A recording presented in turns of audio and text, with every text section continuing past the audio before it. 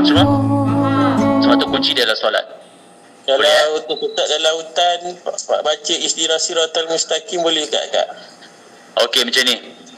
Dia macam ni, soalan abang tu macam kita saya nak makan tapi saya baca Allahumma inni a'udzubika minal khubsi wal khaba'ith. Tu masuk tandas. Nampak? Tak kena tempat dia. Tak kena. Awak nak makan nasi, awak baca doa masuk tandas. Tak apa salahnya Ustaz? Doa Ustaz. Apa salahnya? Boleh lah. Sebab tu kita salah faham. Ayat ni bukannya untuk sesat masuk hutan. Masuk hutan ada doa lain. Tapi ada orang guna dia untuk masuk hutan bila sesat. Boleh, tak ada masalah. Okey, tetapi korang tepat. Dalam hutan kalau masuk sesat, doa dia a'udzubika kalimatillahi tammati min syarri ma khalaq. Ada orang masuk hutan dekat Langat sesat, daripada dia orang tak baca doa jumpa juga. Dia tak baca doa jumpa juga. Tak ada masalah. Alhamdulillah, rahmat Allah SWT. Sebab tu kita kena belajar ni dua. Ada yang Allah redha, dia benarkan. Ada yang Allah benarkan, dia tak redha. Contoh macam ni, Allah benarkan tak pembunuhan berlaku? Benar. Orang buat jahat, orang buat zalim berlaku, betul? Betul. Kalau orang teis tanya, kalau Tuhan tu wujud, kenapa Tuhan tak halang? Nampak tak soalan ni? Kalau Tuhan wujud, kenapa dia tu susah? Tuhan takkan tak tolong? Syekh, tuan, puan, dunia ni adalah ujian. Okey? Dunia ni ujian. Allah beri dalam dua keadaan. Dia redha, dia beri. Dalam keadaan yang kedua, dia beri, dia tak redha. Bila nak tahu jawapan dia? Akhirat. Sebab tu kata Syekh Syarah Khudah dalam kitab Hadun Nabawi, manusia ni macam dalam dewan peperiksaan. Faham tak? Kita ni satu hari di Jazirah, cikgu masuk kelas. Cikgu kata apa? Hari ni murid-murid saya nak bagi hadiah buku. Kita pun bagi hadiah pada murid kita. Dengan Hajar Zeha boleh dah ngantuk dah. Saya tengah semangat ni. Syekh tengah naik ni. Tengah naik ni. Dengar ni, Nilas. Cikgu dia bagi hadiah kat murid dia. Murid yang pertama dapat buku setebal 100 muka surat. Murid kedua dapat buku 50 muka surat. Murid ketiga dapat 3 muka surat. Murid keempat dapat selai kertas je. Murid kelima dapat separuh A4 je. Selepas dapat buku hadiah ni, yang siapa paling gembira? Yang paling gembira yang dapat buku 100 muka surat. Dia kata apa? Cikgu sayang aku, sebab tu aku dapat banyak. Nampak tak dengar?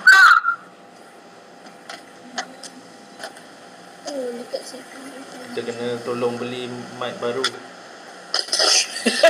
Tak dengar. Tak dengar.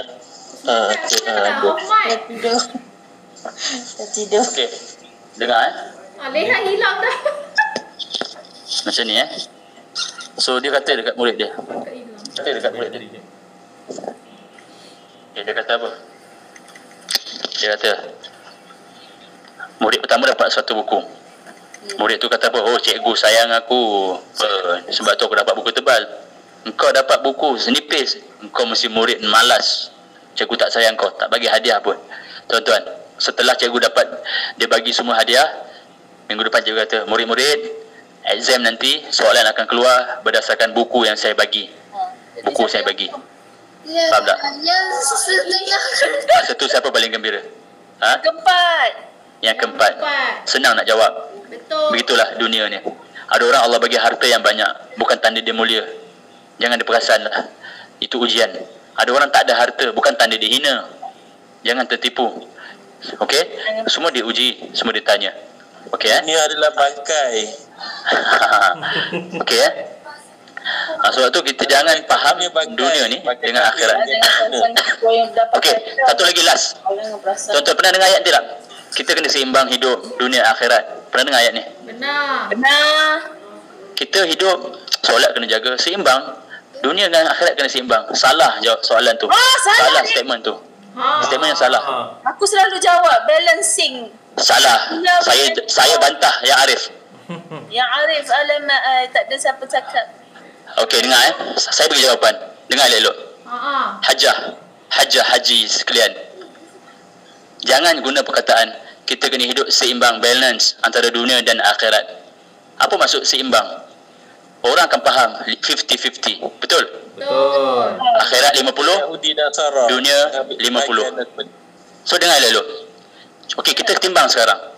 Okey, dunia 60 tahun. 70 tahun lepas tu mati. Akhirat berapa tahun? Selamanya. Selamanya. Macam mana nak timbang 60 dengan selamanya? Cuba bagi satu nisbah. Akhirat lagi Akhirat berat. ada persen lah. Ha? Akhirat lagi banyak lah. Bukan lagi banyak. And beyond. Infinity. Tak boleh timbang. Betul-betul. Kau punya modal. Okey, kita punya dunia 60 tahun. Ni contoh umur kita. Akhirat kita bukan 60 tahun, bukan 1000 tahun, bukan 1,000,000 tahun, bukan 2 juta tahun. Tak ada limit, infinity. Macam mana awak nak timbang? Faham tak? Betul tak? Betul. Infinity and beyond. Nabi tak ajar macam tu. Habis macam mana? Adakah saya perlu tinggalkan dunia? Macam ni. Allah kata Quran, "Wabtaghi fima atakallahu darul akhirah." Kamu carilah bahagian amalan-amalan yang kamu buat untuk negeri akhirat. Maksudnya apa? Hidup ni untuk akhirat, bukan untuk dunia. Kamu bekerja segala-galanya untuk saham akhirat. Faham tak? Dunia ni macam laluan je, highway je. Dia lalu sekejap, dia tinggal. Dia bukan nak dibanding-banding je. So jadikan hidup kita semua akhirat. Solat kita akhirat, kita kerja ke akhirat, repair kereta akhirat. Faham? Macam mana nak faham repair kereta apa akhirat? Macam ni. Dengar ayat ni Dengan Allah kita ibadah. Ibadah ada dua, khusus dan umum. Khusus apa yang Allah perintahkan. Umum selain daripada itu. Dengan manusia kita berhikmat, itu ibadah umum. Faham tak? Kita bekerja hari ni untuk siapa? Semua hikmat untuk manusia, itu juga ibadah. Ada bahagian untuk akhirat. Kalau kita niat kerana Allah, dapat pahala. Hajar Leha mengajar. Dia mengajar student dia, mengajar subjek apa? Business study. Kita fikir tak ada kena-mengena dengan akhirat. Salah. Itu juga untuk akhirat. Pahala yang awak buat, khidmat pada manusia, manusia hidup di dunia, masalah di hidup dia bekerja, awak akan dapat pahala akhirat. Sebab tu Nabi kata tak boleh bandingkan, sebab dunia ni hanya tempat singgahan. Nabi kata jadilah seperti kamu ni berdagang orang asing di dunia ini. Okey, jadi sebab tu betulkan statement kita kena seimbang dunia akhirat. Tak ada seimbang punya. Nak seimbang macam mana? 60 dengan selama-lamanya. Habis hidup untuk apa? Hidup untuk akhirat. Itu sebenarnya. Faham DJ Zira dia bekerja sebagai DJ untuk apa? Khidmat pada manusia. Kan? Itu pun perintah Allah Ta'ala juga. Untuk akhirat dapat pahala. Abang Noh dia jadi pesyarah, dia repair kereta. Bila orang kereta dia elok, dia boleh pergi masjid, dia boleh bekerja cari nafkah, dapat pahala untuk akhirat. Kalau niat kerana Allah Ta'ala, boleh. Orang jogging untuk apa? Sihat. Bila sihat buat apa? Boleh ibadah. Jogging dapat pahala. Makan nasi pasal apa? Nak bagi kenyang, sihat. Lepas tu boleh ibadah, boleh solat, badan bertenaga. Faham tak? So kita kena faham.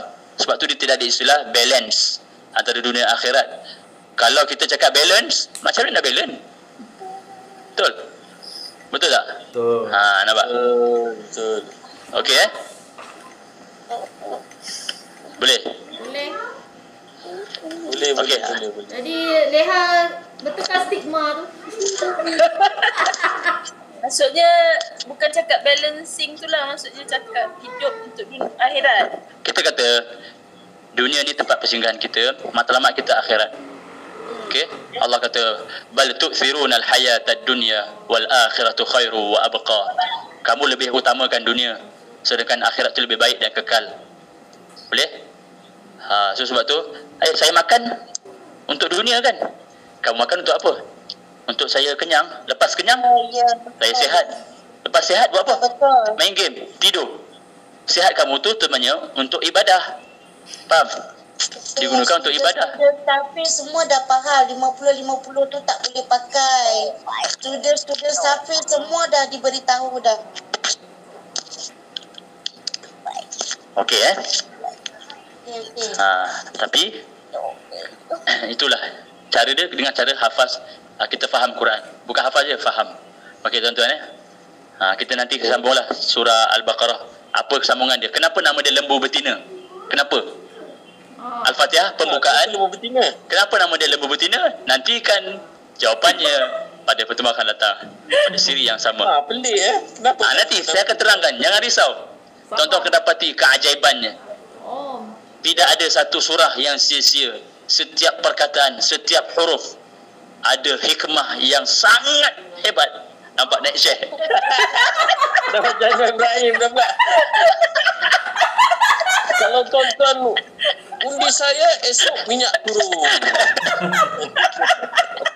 Ano, kenapa kau tak nampak muka tu? Nampak N je. Ano pemalu. Segan. Aku sepak kan. Jom kita semua tutup kamera. Aku kalau mengajar dalam kelas, sudah aku tak tutup kamera, aku pun tutup kamera. So bila aku tutup kamera, madam tolonglah madam buka kamera. Dah you all tutup, saya tutup. Ya. Aduh. Segan. Segan tak kucing. Baring. Bagus. Nampak Kenapa nama dia Baqarah? Baqarah tu lembu betina. Kenapa betina? Kenapa tak jantan? Berhala. Kenapa lembu? Berhala. Apa lembu? Tunjuk. Berhala. Kenapa penunggang keldai? Kenapa tak penunggang lembu? Oh, tunjuk. Nanti kita bincang. Kenapa orang yang tak tadabbur Al-Quran dia penunggang keldai? Kenapa tak penunggang kuda ke, penunggang lembu ke? Keldai. Kenapa keldai? Kenapa tak lembu? Tak Okey, singa? saya jawab Kak Ju. Binatang yang paling orang kata hina lah, dia haram dimakan.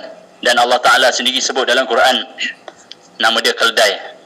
Okey, keldai. So ini satu gambaran. Sebab apa? Zaman Arab, tuan-tuan kena bayang masa zaman Arab. Okey, orang Arab ni dia ada kuda, dia ada unta, dia ada donkey, dia ada keldai. Keldai itu simbolik kepada kehinaan, Kebodohan. simbol kepada kelebodohan, kelemahan. Faham? Sebab tu Quran cantik dia punya bahasa dia.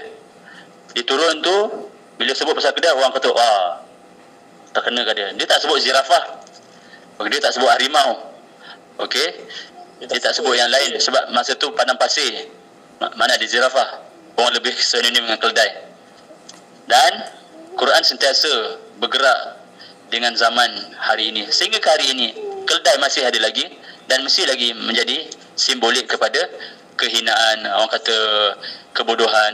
Betul tak? Kalau kita main daun terup tu dapat donkey, itu tanda kita nak kalah lah tu. Itu contoh. Okey tapi lembu dia ada kaitan dengan sejarah orang Yahudi. Nanti kita bincang nanti. Surah Al-Baqarah. Ada soalan. Apa dia? Ada soalan. Tajuk lagi. Apa dia apa? Apa solat sunat tahajud? Kita boleh solat sebelum tidur. Macam mana? Kita tak tidur, dia kena tidur sekejap. Walaupun sekejap ke tak perlu tidur pun dah boleh solat. Macam mana? Saya kata, yang inilah soalan yang kita kena tanya sebenarnya. Kita kena tanya yang ni. Kita kena tahu cara ibadah. Kita hari ni tahu cara nak masak nasi, cara nak masak asam pedas, kan? Tapi sayangnya cara solat kita tak tahu. Pasal apa tak tahu? Dia beza antara nak tahu dengan tak nak tahu. Okey? So kita banyak yang kita tak nak tahu. So hari ni kita dah tanya, maknanya kita nak tahulah. Okey, macam ni. Solat tahajud, dia buat solat waktu malam selepas isyak. Pertama, boleh buat awal, boleh buat lewat, boleh buat hujung malam. Kalau siapa yang mampu, dia boleh buat terus lepas isyak direct pun boleh. Tapi yang paling baik dia tidur dulu. Itu terbaik. Itu yang terbaik. Okey. Tapi boleh. Dia tidur. Kemudian bangun balik. Pukul apa nak bangun? Nabi Al-Quran kata, "Qumil laila illa qalila nisfahu aw inqus minhu qalila aw zid alaihi warattilil Qur'ana tartila." Bangun, sama ada kamu nak bangun separuh malam ataupun kamu nak tambah lagi, boleh.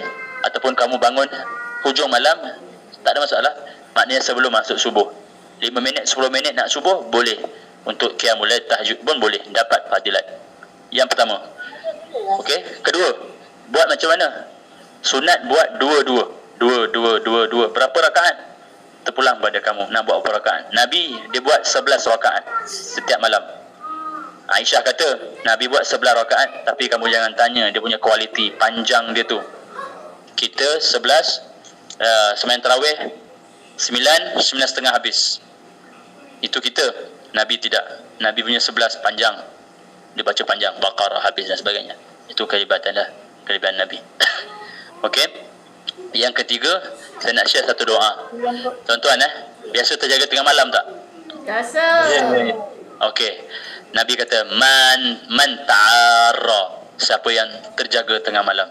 Lalu dibaca La ilaha illallah wahdahu la syarikalah lahul mulk wa lahul hamd wa huwa ala kulli syai'in qadir. Subhanallah walhamdulillah wa la ilaha illallah wallahu akbar wa la hawla wa la quwwata illa billahil aliyyil azim. Allahumma ghafirli. Kemudian dia solat, dia ambil duduk dia solat. Nabi kata diterima solatnya.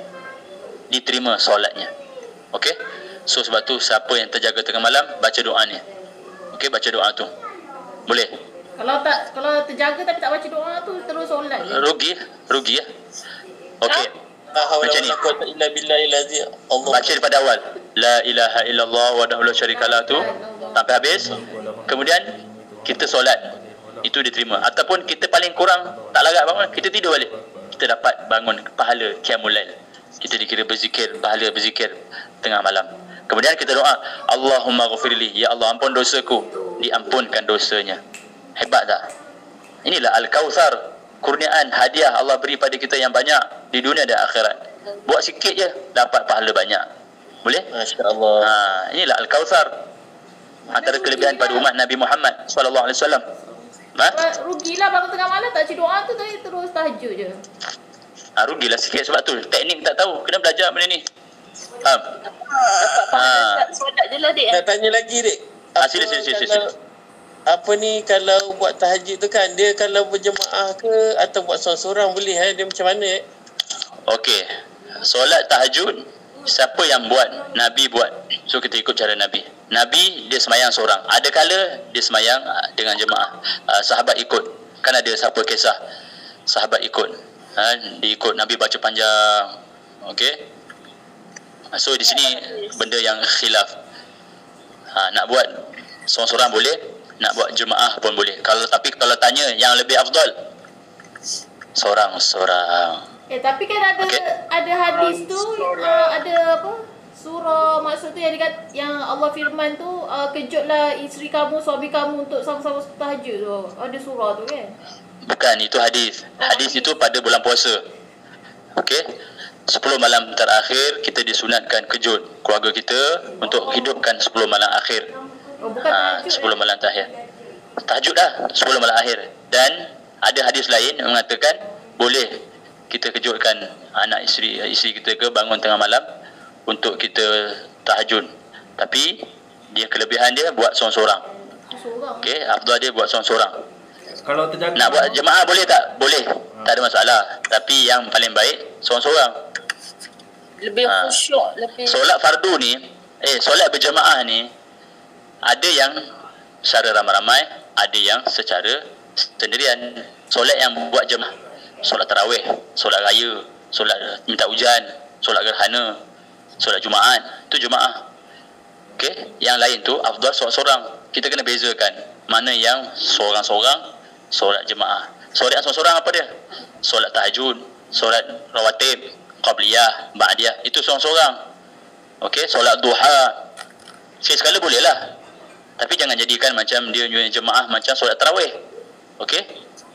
Sebab apa? Kenapa tak boleh ramai-ramai? Boleh, tak ada masalah, tapi lebih baik seorang-seorang. Nampak? Faham. Okey.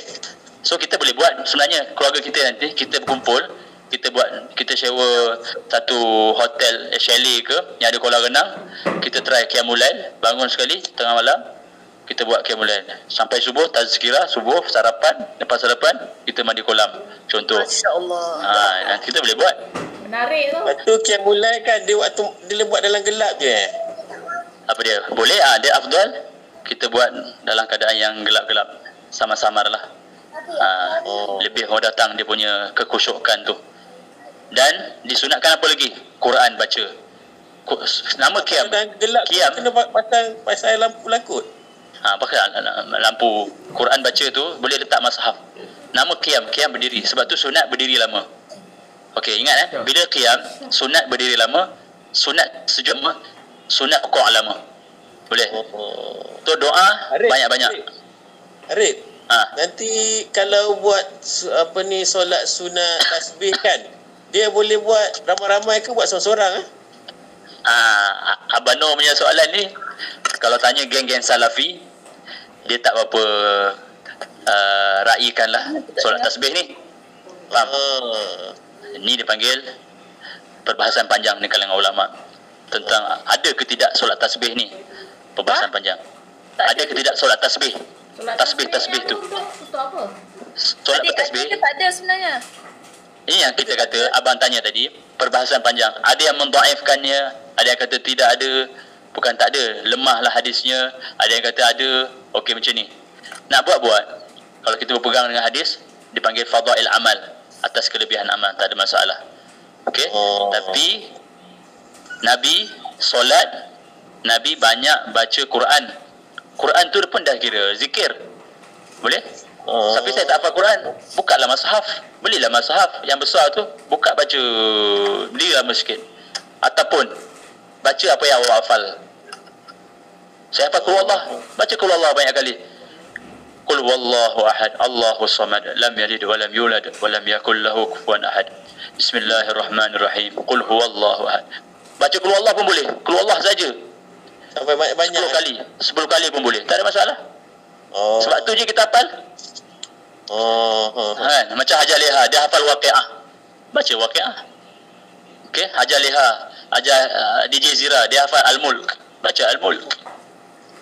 Okey. Amalan qiyamul lail tu kita buat apa? Kita buat dengar elok. Bila kata qiyamul lail, solat tu paling utama, kemudian zikir dan doa. Masa bila? Masa solat. Okey?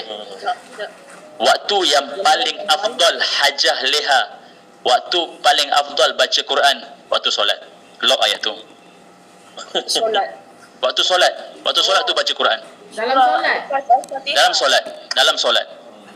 Habis saya tak larat diri lama. Kursi dia.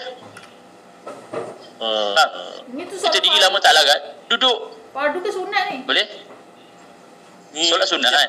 Qiyamul lail. Okey, mulai. Duduk. Okey? Tapi benda ni tuan-tuan, benda ni kita semangat nak buat, tapi nak bangun nanti memang tak dapat. Okey? Betul. Betul tak? So ambillah peluang walau Tak dengar. ambil peluang sebelum subuh. Ambil peluang sebelum subuh tu. Dalam 5 minit ke 10 minit. Boleh dengar? Kurang. Ambil sebelum subuh kan. 5 minit 10 minit tu untuk kita buat qiyamul lail, walaupun 1 rakaat, walaupun 2 rakaat. Nampak tak?